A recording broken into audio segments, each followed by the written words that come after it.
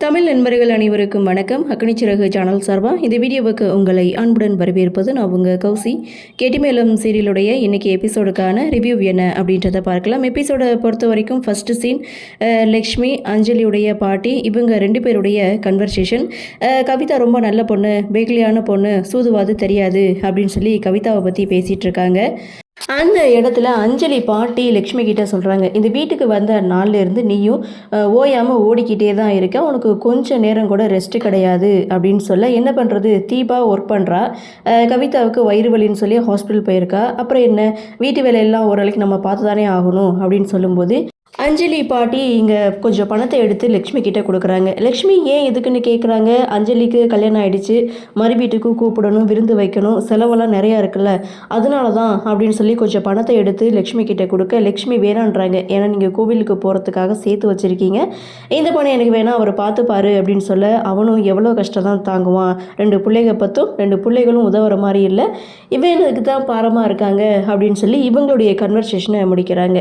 2வது சீனை பொறுத்த வரைக்கும் ரகு அண்ட் கவிதா இவங்க 2 பேரும் பேங்க் மேனேஜரை மீட் பண்ணுறாங்க. அவங்களுடைய டாக்குமெண்ட்டை மேனேஜர்கிட்ட கொடுக்குறாங்க.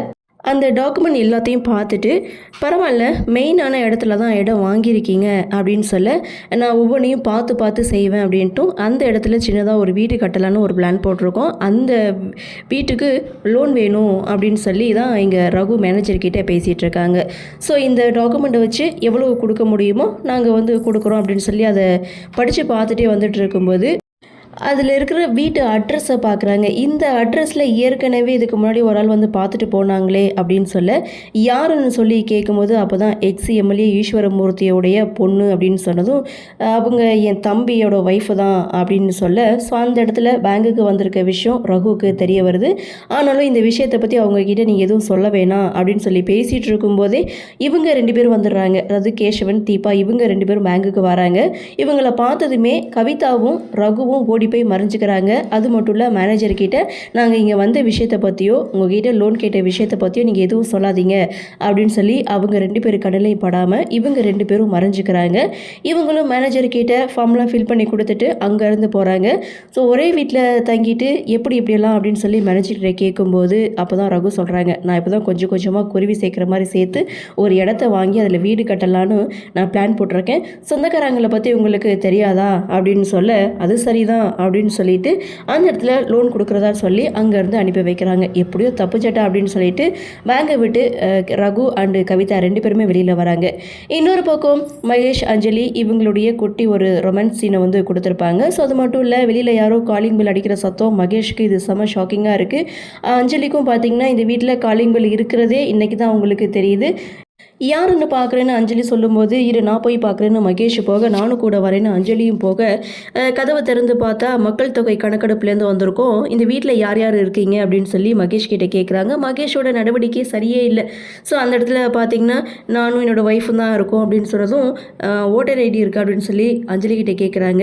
எனக்கு அதெல்லாம் இல்லை அப்படின்னு சொல்ல, சரி நாங்களே அப்ளை பண்ணுறோம், 15 நாளுக்கு அப்புறம் உங்களுக்கு ஓட்டர் ஐடி வந்துடும் அப்படின்னு சொல்லி அஞ்சலியை ஃபோட்டோலாம் எடுத்துகிட்டு அங்கேருந்து போகிறாங்க. போகிறதுக்கு முன்னாடி கொஞ்சம் தண்ணி வேணும்னு சொல்லி அஞ்சலி கிட்டே கேட்டு வாங்கி குடிச்சிட்டு போகிறாங்க.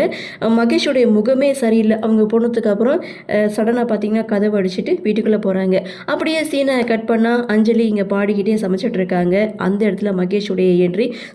இந்த இடத்துல இவங்களுடைய கன்வர்சேஷன் அப்படின்னு பார்க்கும்போது அஞ்சலி ஒரு பக்கம் நீங்கள் கிடைக்கிறதுக்கு நான் தான் கொடுத்து வச்சுருக்கணும்னு சொல்ல, அப்போ மகேஷ் நீ கிடைக்க நான் தான் 7 ஜென்மத்தில் புண்ணியம் பண்ணியிருக்கோன்னு இவங்க சொல்ல, அப்படியே பாட்டை கண்டினியூ பண்ணுறாங்க. இன்னொரு பக்கம் முருகன் கடையில் வேலை பார்த்துட்டு இருக்காரு. அதை ரேவதி பார்க்குறாங்க. ஸோ முருகன் பார்க்குறத ரேவதி பார்த்துட்டு எப்போ பார்த்தாலும் இவன் குறுக்குறுன்னு பார்த்துட்டே இருக்கான் அப்படின்னு சொல்லி கோவப்பட்டு தன்னுடைய அம்மா கிட்டே பேசிகிட்டு இருக்காங்க. அந்த இடத்துல லக்ஷ்மியுடைய என்ட்ரி.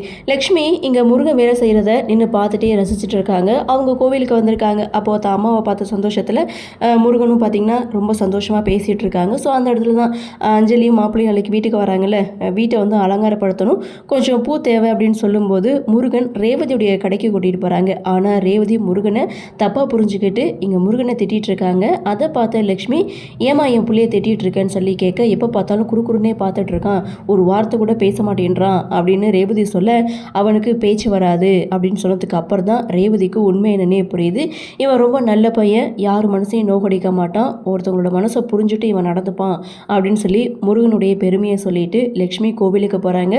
போயிட்டு வந்ததுக்கு அப்புறம் இங்கே முருகனுக்கு பிரசாதம் கொடுக்கறது, தேங்காய் வாழைப்பழம்லாம் கொடுத்துட்டு லக்ஷ்மி அங்கேருந்து கிளம்புறாங்க. ரேவதி ஒரு பக்கம் முருகனை பார்த்துட்டே இருக்காங்க. பார்த்துட்டு முருகனை கூப்பிடுறாங்க. ஆனால் அவர்கிட்ட இருந்து எந்த ஒரு ரெஸ்பான்ஸும் இல்லை. அப்போ தான் அவருக்கு காதும் கேட்காது அப்படின்றது ரேவதி தெரிஞ்சுக்கிறாங்க. இதோட எபிசோடையும் முடிக்கிறாங்க. ஓவரால் இன்றைய பகுதி அப்படின்னு பார்க்கும்போது மகேஷ் பயங்கரமான ஒரு சைக்கோ அப்படின்ற மாதிரி தான் தெரியுது. ஸோ அஞ்சலி இப்படி போய் மாட்டிக்கிட்டாங்க. இன்னொரு பக்கம் வெற்றி, துளசி இவங்களுடைய லவ் ட்ராக் ஒரு பக்கம் போயிட்டுருக்கு. ஃபோனில் வந்து பேசினாலும் எதிரில் எதிரியாக தான் பார்க்குறாங்க துளசி. இன்னொரு பக்கம் என்னதான் அண்ணன் தம்பியாக இருந்தாலும் ஒருத்தருக்கு ஒருத்தர் தெரியாமல் இங்கே லோன் எடுத்துகிட்டு இருக்காங்க. என்ன நடக்க போகுது அப்படின்றத நாமளும் பொறுத்திருந்து பார்க்கலாம். இன்றைய பகுதி பற்றினா உங்களுடைய கருத்தை வழக்கம் போல் கமெண்ட் செக்ஷனில் பதிவு பண்ணுங்கள். இந்த வீடியோ உங்களுக்கு பிடிச்சிருந்தால் லைக் பண்ணுங்கள், ஷேர் பண்ணுங்கள். மறக்காமல் நம்ம சேனலை சப்ஸ்கிரைப் பண்ணிக்கிறீங்கன்னு சொல்லி இந்த வீடியோவிலேருந்து விடைபெறுகிறேன். நன்றி, வணக்கம்.